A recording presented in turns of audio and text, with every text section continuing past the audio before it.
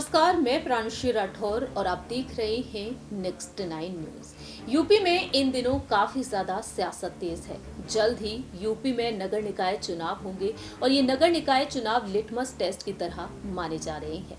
साल 2024 में लोकसभा चुनाव है और इन लोकसभा चुनाव के लिए सभी पार्टियों ने अपनी कमर कस ली है।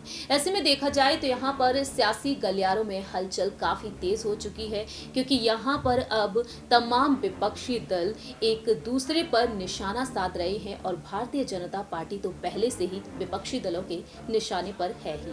बात की जाए यहाँ पर सपा प्रमुख अखिलेश यादव के बारे में, बात की जाए बसपा सुप्रीमो मायावती के बारे में, तो दोनों के बीच सियासी जंग लगातार छिड़ी हुई है। मायावती सोशल मीडिया के जरिए तंज कस रही हैं समाजवादी पार्टी, कांग्रेस और भारतीय जनता पार्टी पर। दूसरी ही तरफ अखिलेश यादव तो पहले से ही हमलावर है इन तमाम विपक्षी दलों पर। ऐसे में देखा जाए तो अखिलेश यादव ने दलित वोट बैंक में सेंधमारी करने की तैयारी कर रही है। जी हाँ, जहां एक तरफ समाजवादी पार्टी के कुछ नेता बसपा में शामिल होते हुए नजर आए, तो वहीं अब बसपा के कुछ नेता सपा में शामिल होते हुए भी दिखाई दे रहे हैं, जो मायावती के लिए किसी झटके से कम नहीं माने जा सकते हैं। दूसरी ही तरफ मैनपुरी, रामपुर, खतौली, इन तीनों ही सीटों पर जो उपचुनाव हुए थे, उन उपचुनाव में मायावती ने अपने प्रत्याशियों को आगे नहीं किया था। लेकिन अब देखा जाए तो मायावती नगर निकाय चुनाव के लिए कमर कस चुकी हैं। मध्य प्रदेश से लेकर अब वह कर्नाटक की तरफ भी रुख कर रही हैं। मध्य प्रदेश में बसपा चुनाव लड़ेगी, लेकिन अब कर्नाटक में भी अकेले बसपा चुनाव लड़ती हुई नजर आएगी। मायावती ने ट्वीट के जरिए इस बात का ऐलान किया है हाल ही में।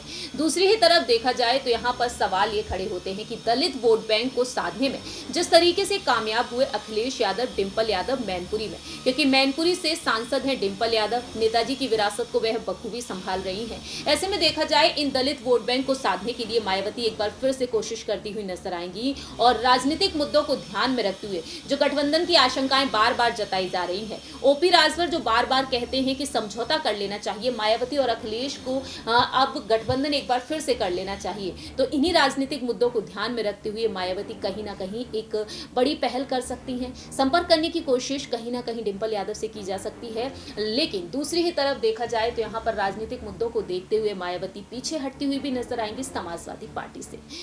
जानकारी के लिए आपको बता दें कि आज जो बेहद बड़ी खबर सामने आई वो यही रही कि अब बीएसपी के कोर वोट बैंक पर सियासत के दाव खेल रहे हैं अखिलेश यादव, क्योंकि देखा जाए तो निकाय चुनाव से पहले सपा ने बाबा साहेब वाहिनी को फ्रंटल संगठन बनाकर जता दिया है कि दलितों की हिमायत के लिए वह तैयार हो चुके हैं। वहीं यूपी के आगरा जिले की कमान समाजवादी पार्टी ने आजाद सिंह जाटव को सौंप दी है। ऐसे में देखा जाए तो यहाँ पर समाजवादी पार्टी के राष्ट्रीय महासचिव रामजी लाल सुमन का कहना यह रहा कि यूपी का दलित दिशा विहीन है और चौराहे पर खड़ा है। बीजेपी धर्मवाद और जातिगत राजनीति करती है। ऐसे में देखा जाए दलित वोट बैंक को साधने के लिए यहाँ पर सपा को मौका मिलेगा और दलित एजेंडे पर काम करने वाले समाज सेवी नरेश पारस का कहना है कि यूपी में दलित उत्पीड़न के मामले बढ़ रहे हैं और यहाँ पर समाजवादी पार्टी अब काम करती हुई नजर आ रही है।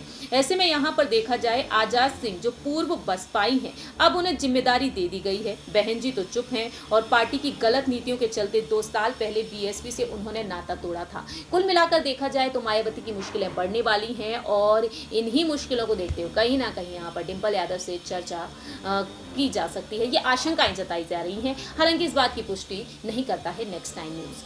हमारे इस खास रिपोर्ट में इतना ही। बाकी के तमाम अपडेट्स के लिए आप देखते रहिए नेक्स्ट 9 न्यूज।